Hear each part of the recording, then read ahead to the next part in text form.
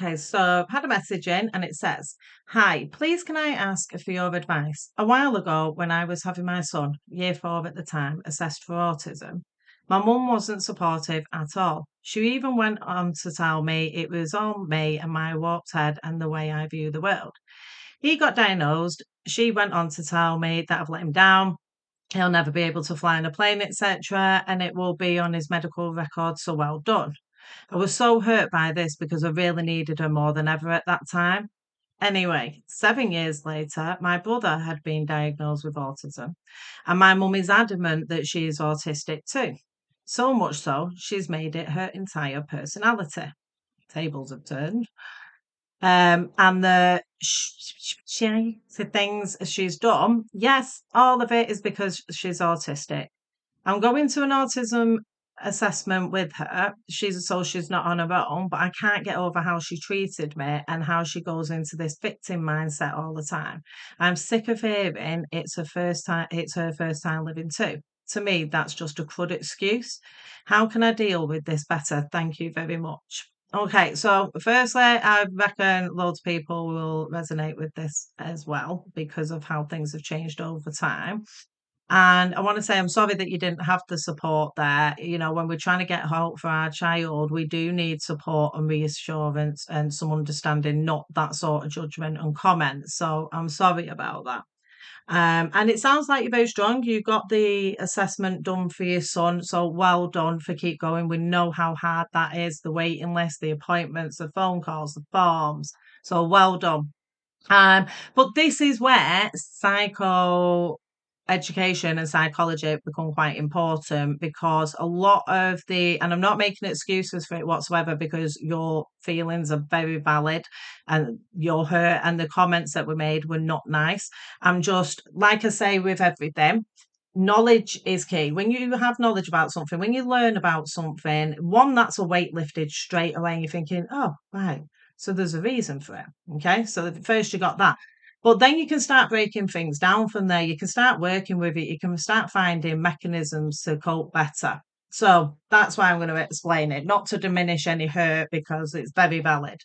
But a lot of the older generations, and so even some of my childhood included this, and I went because I had ADHD. And even though, like, you could clearly tell these things, you're still the naughty kid. You know what I mean? So older generations, they grew up in this completely different time. So when it came to things like autism or ADHD or basically any neurodiversity, back then it really wasn't that understood, was it? There wasn't much education around it. People and or wasn't, sorry, talking openly about masking or their sensory overload or emotional dysregulation. You know, we were kind of told to, pull your pants up, be a big girl, be a big boy, man up, stop crying like a little girl. We had all things like that. Um, we didn't really talk about burnout. People just kept going. So did the nervous systems. They just kept going, and we didn't know much about traits of neurodivergent people the way that we do now. So a lot of people, they will be like, oh, they'll grow out of it. You're just overreacting, or they need telling off, they need discipline, they're just naughty. Or, yeah, like the plane situation that your mum said, some of them really believe that it would absolutely ruin people's futures because they'd be labelled and they'd be looked at as different, not get taken on in jobs and all sorts. So, like I said, that obviously does not take away the hurtful things that were said to you, okay? Your feelings absolutely matter in this case. But psychologically, this is why I'm explaining it. I've said in other videos, our brains build pathways. The way that they build pathways is by what they're repeatedly learning, repeatedly hearing, what they're experiencing growing up. So if somebody has spent like 40, 50, 60 years believing one thing and all these things about autism and ADHD and things, it can take a lot to change those pathways and beliefs. Like I've said before in another video, like kids are amazing, the neuroplasticity, and they're like little sponges, and you can change the pathways much easier than you can with adults because they've not repeatedly learnt the same thing over time before changing and building more positive pathways. So it is much harder for people that have been doing it for years and have thought the same things for years. And sometimes they can do it though. The more positive pathways can be built. But that proof will come through like life experience. So maybe like getting the child that your child was diagnosed, then your brother was diagnosed. So there's two there. Then maybe she did start recognizing some traits within herself and she was able to start building them other pathways. So it could just genuinely be the case that your mum is now realizing, oh my God, I've spent years trying to be like somebody else and I could have just been myself. And for some people, that realization is huge and it can make them go a bit overboard at first. But, to a lot of people, it's a relief. It can be feel like grief, they've lost half their life or really angry or suddenly, oh, yay, everything makes sense. Some people they do lean into it heavily at first because, like I say, they do. They go a little bit overboard, but I think sometimes it's because they finally feel like, oh my God, I can finally be myself. I can finally do what I want instead of what I think I should be doing in life. So this is, I think, where it comes difficult for you emotionally is where she's playing the victim mindset of things, isn't it? And everything's because of her autism now. Because granted, there is a big difference in understanding yourself and working with it and using something as the explanation for absolutely everything that you do in life, because that's not how it works.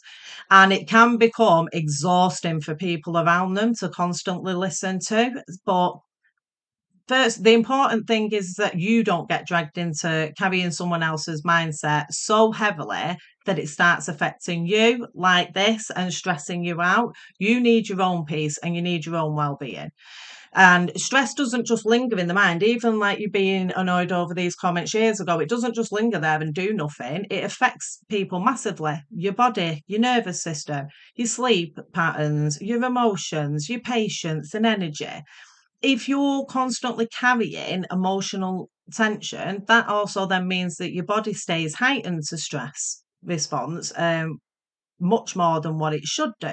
So you having all this stress since you said them things for years, then this coming on top of it is, it feels much more intense because you've been carrying this stress all along. Does that make sense? Because like I say, it's never gone away. It's in there. It's affecting you. So that's why boundaries matter, and you can definitely set psychological boundaries. And from what you've wrote, you've gone to the appointment with your mum, you've put compassion first there, and it sounds like you still talk to your mum. I don't know too much, but sometimes these boundaries could just be an honest conversation. So not arguing, not blaming like you said this, blah, blah, blah, just honesty. Okay. So something simple like, now that you understand autism differently, mum, can you at least understand why what you said to me years ago hurt me so much when I was trying to get support for my child? So you're not coming at her with, you said this, you can now say sorry. Ask her if she now understands, because that's going to be a better way to bring out of her saying, yes, I do. Because now she's got more information. Now those new pathways are being changed. She might finally be able to see what you were trying to explain all them years ago. And I think that the fact that you go into this assessment with your mum says a lot about you as a person. So I'm kind of guessing here that you could have this conversation. But remember, and this is important, even with family, sometimes you do have to take a little step back if the situation is becoming too emotionally draining for you and your well-being. Because if you're not good, you're not good for anybody else either. And it doesn't mean that you're cutting somebody off forever. It just means that you're creating a healthier, emotional balance between you. Because, like I say, the priority has got to be you know. So if your system is constantly overwhelmed and stressed, you won't be able to work through this. So if you don't get the answer that you want, don't worry about it. You can't pour endlessly from an empty cup, can you, and keep going. Take that step back. Sometimes protecting your peace is actually the healthiest thing that you can do. But like I say, it sounds like you can have a good, honest conversation. I mean, I am guessing at that, but you may get the understanding and the apology that you hope for after having that.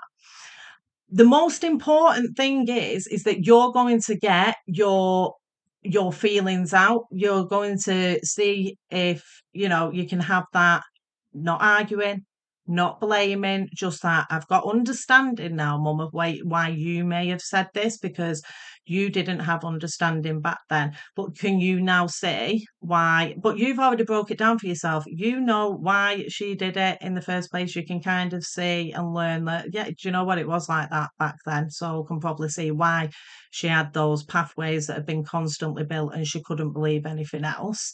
You get all that out, you've learnt about it, you've broke down your emotions, and you've put yourself out there, and you've said to her, it's kind of like letting it go, saying it to them, getting your feelings out honestly and doing it calmly. It will lift a huge emotional weight from your body and mind, because healing, it's not always about changing the other person. Okay, that's what people need to realize.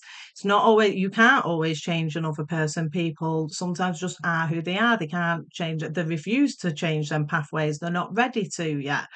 It's about freeing yourself from carrying it all. And that's why I say knowledge, learning, break it down, come up with mechanisms. The mechanism might be to step back for a little bit. But like I say, the first one can be that honest conversation and see where you go from there. So I hope that helped. Feel free if you ever want to send another message. But like I say, understanding is key, and I'm not excusing what she said, because it is wrong. We do have better understanding now, and it's because of things like that that we've all got better understanding now. So technically she was doing what everybody else her age in the world around her has always done. She probably didn't see it as a horrible thing, but like I say, now she's got more understanding and she's feeling it herself. Have the honest, and your mother and daughter, have the honest conversation with her and say, can you see now, mum? And if you get the answer you want, and I really hope you do, I hope that you do, the compassion you show, you've got that from somewhere as well to some extent, and you're going with your mum wants you to come with her, so there's some sort of okay relationship there.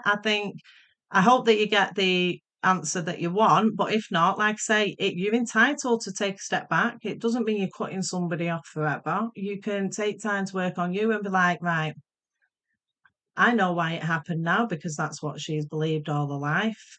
I've told her that I'm not happy about it. I've asked her if she can now understand, and that's all yours gone. That, so then take some time, steps back to just work through that. Let the nervous system calm, let your emotions calm, and have a day for you. Nice bath day, nice meal, glass of wine, anything. Just take a step back.